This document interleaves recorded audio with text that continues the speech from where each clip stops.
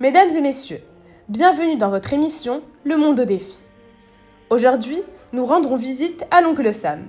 Et oui, vous l'aurez compris, c'est vers les États-Unis que se sont envolés nos deux journalistes, Lina Berada et Yasmina Chaltaoui, pour enquêter sur la première puissance mondiale et répondre à la question suivante: en quoi les États-Unis détiennent-ils une relation particulière et controversée avec le monde depuis 1941 ?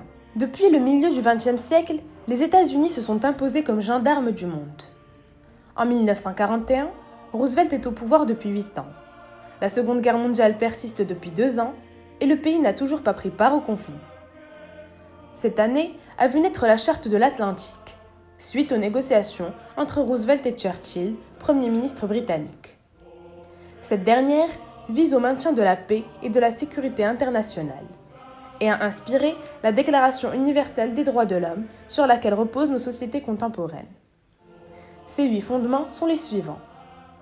Pas d'annexion de territoire. Pas de modification de frontières sans l'accord des peuples intéressés. Le droit pour chaque peuple de choisir la forme de son gouvernement. Les facilités d'accès égales pour tous aux matières premières. La collaboration entre les nations la plus complète dans le domaine économique. Une paix durable et une sécurité garantie pour tous. La libre circulation des personnes et des marchandises. Et enfin, la fin des violences.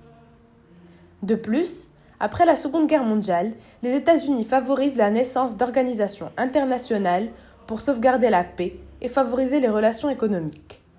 Apparaît alors le Fonds monétaire international en 1944 et l'Organisation des Nations unies en 1945. Cependant, le titre de garant de la paix des États-Unis est remis en question, voire controversé. En effet, nous aurions tort de ne pas remarquer la politique de dominance culturelle des États-Unis, qui se manifeste ici, comme vous pouvez le voir sur votre écran, à travers cette caricature d'Andy Singer réalisée en 2007 et s'intitulant Invading New Markets. Il s'agit d'une implantation de l'American Way of Life grâce à la valorisation d'une culture, la culture états-unienne.